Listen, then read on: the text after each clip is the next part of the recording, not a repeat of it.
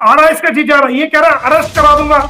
बेटा मोमिन मलिक बैठा है यहाँ, तेरी ईंट से ईंट बजा देंगे हम, तू उसको आंख उठा के भी देख लेना जरा। पूरा के अंदर सीमा के मकान के पास ही मकान लेके दूंगा और वहीं रखूंगा इसको, तेरी छाती पे वहीं मूंग दड़ेंगे।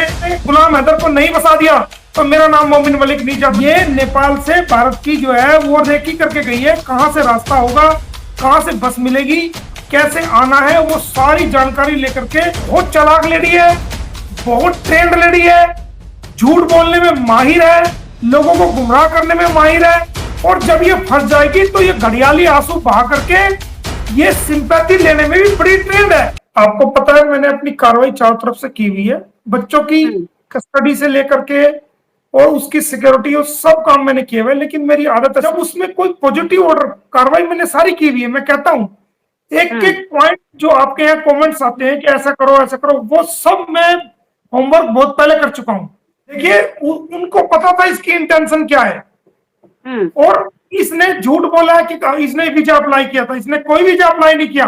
अगर इसने वीजा अप्लाई किया था तो दिखाओ ना एप्लीकेशन, कहाँ है वो एप्लीकेशन। ये हमारे भारत के हाई कमीशन पे भी इल्जाम लगा रही है, कल को हमारे भारत की सरकार पे भी इल्जाम लगाएगी, और जब ये डिपोर्ट होकर जाएगी तो ये भारत के लोगों पे भी इल्जाम लगाएगी। और मुझे तो खतरा ये है कि कहीं ये आने वाले टाइम पे एपी सिंह पे भी बहुत बड़ा इल्जाम ना लगा दे। इसको 5 साल की जेल होगी, ट्रायल चलेगा, इसका चालान आ जाएगा, जेल भुगतने के बाद भारत सरकार इसको डिपोर्ट करेगी, और डिपोर्ट करते ही जैसे ये पाकिस्तान में फेंकी जाएगी तो वहां जाते ही वहां के अधिकारियों के सामने, वहां की पब्लिक के सामने हाथ जोड़ के रोना शुरू करेगी और कहेगी जी जो कुछ कराया वो तो फला फला ने कराया। तो मुझे ये लग रहा है कि ये बहुत बड़ा इल्जाम जो इसके लिए रिस्क ले रहे हैं, वो रिस्क ना ले भाई, कल को ये आप पे इल्जाम लगाएगी बहुत बड़ा। ये मैं बता देता हूँ, ये मैं घोषणा कर रहा हूँ आपको पहले। किसकी ये बहन है, इसके जीजा को बुला रहे हैं ना, आ रहा है इसका जीजा, ये कह रहा है अरेस्ट करा दूंगा। बेटा मोमिन मलिक बैठा है यहाँ, तेरी ईंट से ईंट बजा देंगे हम, तू उसको आंख उठा के भी देख लेना जरा। वो हमारा गेस्ट है, कोर्ट का गेस्ट है। वो कोई भी गवाह होता है वो कोर्ट का गेस्ट होता है जो गवाही देने के लिए आता है। तू छेड़ के देख लेना, तुझे पता लग जाएगा। और तू अरेस्ट करा देगा ना, तो एक बात हम भी कह रहे हैं, अगर तू उसको अरेस्ट कराएगा रबूपुरा के अंदर, वहीं ठाकर द्वारे के अंदर, सीमा के मकान के पास ही मकान लेके दूंगा और वहीं रखूंगा इसको, तेरी छाती पे वहीं मूंग दड़ेंगे आमने सामने, और वहीं से कोर्ट केस करेंगे और वहीं रहेंगे। देखता हूं फिर तू इसको जरा सा भी तू कह के दिखा। रबूपुरा के अंदर मैंने गुलाम हैदर को नहीं बसा दिया तो मेरा नाम मोमिन मलिक नहीं। जब मैं ये बता रहा हूं आपको, नहीं आप क्या कर रहे हो, आप पढ़े लिखे अपने आप को सुप्रीम कोर्ट का अधिवक्ता कहते हो, आपको किसने राइट दिया मुसलमान बच्चों का, जो कि खतना हो चुकी है जिन बच्चों की जो पैदाइशी मुसलमान हैं, आप एक स्पेशल ऑर्गेनाइज करके प्रोग्राम, धार्मिक लोगों को इकट्ठा करके आप उनका धर्म परिवर्तन कर रहे हो, धार्मिक नारे लगवा रहे हो, दबेश फैला रहे हो, ये क्या है, किसने अधिकार दिया आपको, बताओ। आप होते कौन है भाई, आप है कौन मुसलमान बच्चों का धर्म परिवर्तन करवाने वाले, आप है कौन। अगर कोई मुसलमान भी हिंदू के बच्चों का धर्म परिवर्तन कराता है हम उसका भी विरोध करेंगे भाई। अगर वो बालिग हो जाते हैं, उनको समझ आ जाती है, उनको अच्छा लगता है हिंदू धर्म, सिख धर्म, ईसाई धर्म, उनको समझ है, कानून में रास्ता है, कानून के मुताबिक आप आवेदन करो, आप किसी धर्म में चले जाओ, उसमें हर व्यक्ति को राइट है। लेकिन बच्चों को जिनको समझ नहीं है कि कौन हिंदू, कौन मुसलमान, कौन सिख, कौन ईसाई, पाकिस्तान का बॉर्डर क्या है, नेपाल का बॉर्डर क्या है, और उसको समझ ही नहीं है अच्छाई की ना बुराई की, उनको तो चॉकलेट दे दो, टॉफियां दे दो, चीज खिला दो, खेल कूदने का सामान दे दो, स्कूल में भेज दो, ट्यूशन पे भेज दो। जल्दी वो समय आएगा कि इसको जेल करा रहे हैं और हैदर आ रहा है भारत में, और इसके बच्चों को इसको दिलवाएंगे।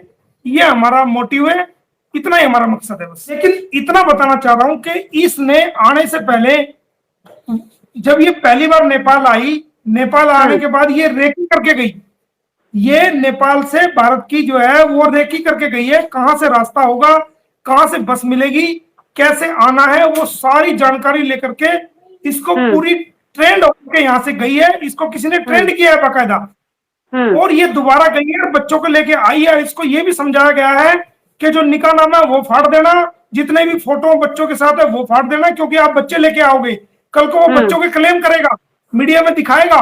इसको पहले से ही सारा एजेंडा फिट करके दे दिया गया, और इसने सारी वही बातें की जो गुलाम हैदर के बच्चों के साथ तस्वीरें थी वो सारी इसने फाड़ दी, सभी को जला दिया, सारे डिलीट कर दिए, सारे फोन फॉर्मेट कर दिए, और कोई सबूत ऐसा नहीं छोड़ा कि गुलाम हैदर किसी बात का क्लेम कर सके।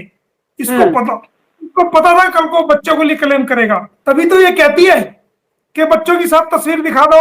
तस्वीर कहां दिखा दो यार, वो तो बेचारा शरीफ आदमी कीपैड का फोन रखता है, ये होता है कीपैड, समझ रहे हो, ये कीपैड का फोन है, क्या आप देखोगे ये कीपैड का फोन है। और ये फोन भी किसका है बता दूं आपको, ये नेपाल के एक व्यक्ति का फोन है। मेरे पास 5 फोन रखे हुए ऐसे ऐसे। 9 लोगों को मैंने उनके खिलाफ अंबाला में कोरोना के अंदर केस दर्ज हो गया था। 10 लोग थे, 1 लोग की मृत्यु हो गई थी, उसको वहीं दफना दिया था। 9 लोगों को मैंने फ्री ऑफ कॉस्ट मुकदमा लड़के 9 लोगों को मैंने अंबाला से छुड़वा के नेपाल भिजवाया था। उन 5 लोगों के फोन वो छोड़ के चले गए थे, कोर्ट में जमा थे। मैंने एप्लीकेशन लगा के ये 5 फोन मेरे पास है, ये एक नेपाली का फोन है। तो ये होता है कीपैड। तो बताओ इसमें कहां वीडियो कॉलिंग हो जाएगी। ये बेचारा रखता था वो गुलाम हैदर ऐसा फोन, ये देखो ये ऐसा फोन रखता था,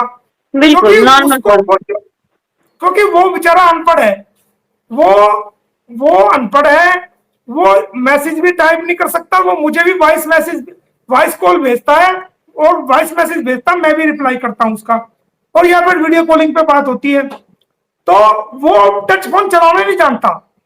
जो वो लाइव आता है वो भी कोई दूसरे उसके साथ लगे होते हैं, वो लाइव करके उसको सामने रखते हैं तब वो लाइव आता है। तो बेचारा उसके पास कहां सबूत हो, ये बताओ। वो कीपैड का फोन चला रहा था, सऊदी अरब में 2-2 3-3 शिफ्ट कर रहा था।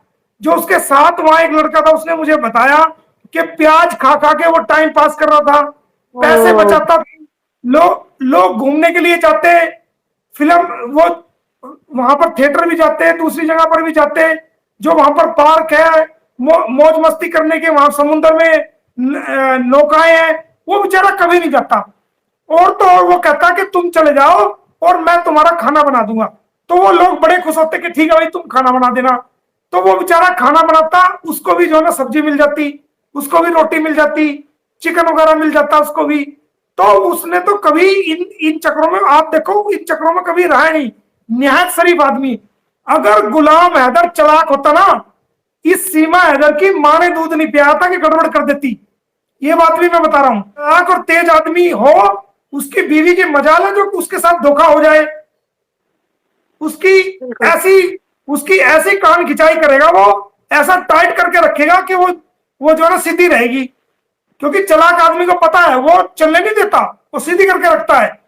तो इसकी शराबत का ही नाजायज फायदा उठाया। ये निहायत ही शरीफ आदमी है, निहायत ही अच्छा आदमी है। मैंने भी इसका पता लगाया, मैंने इसके गांव में इसका पता लगाया है, तभी तो जाके मैंने इसका केस लिया था। इसका मैंने पूरा बायोडाटा छाना है। सऊदी अरब में भी मैंने इसका पता लगाया था, क्योंकि वहां भी मेरे आदमी के केस के बारे में पता करो क्या है, कहीं ऐसा ना हो मैं किसी आदमी का गलत केस ले लूं और बाद में मुझे भी नीचे देखना पड़े। तो वो मैंने पूरा वेरीफाई करने के बाद इसका केस एडमिट किया था। ये जो इल्जाम लगा रही है कोरा झूठ है। ये बहुत चालाक लेडी है, बहुत ट्रेंड लेडी है, झूठ बोलने में माहिर है, लोगों को गुमराह करने में माहिर है। और जब ये फंस जाएगी तो ये घड़ियाली आंसू बहा करके ये सिंपैथी लेने में भी बड़ी ट्रेंड है। और आने वाले समय में ऐसा होने वाला है, जब जेल की इसकी सूचना आएगी, ऑर्डर पास होगा जाने के लिए, तो आप देखना ये इस प्रकार के घड़ियाले आंसू बहाएगी, इस प्रकार से लोगों का समर्थन लेने की कोशिश करेगी कि ऐसा लगेगा कि इससे बड़ा विक्टिम दुनिया में कोई है ही नहीं। लेकिन ये बहुत ही चालाक है, बहुत ही तेज है, जो अपने 4 बच्चों की नहीं हुई, अपने पति की नहीं हुई, अपनी बहन की नहीं हुई, अपने परिवार की नहीं हुई, अपने देश की नहीं हुई, अपने देश के डॉक्टरों की नहीं हुई, जिसने 4-4 बार इसका डिलीवरी में जीवन बचाया। तो ये क्या होगी।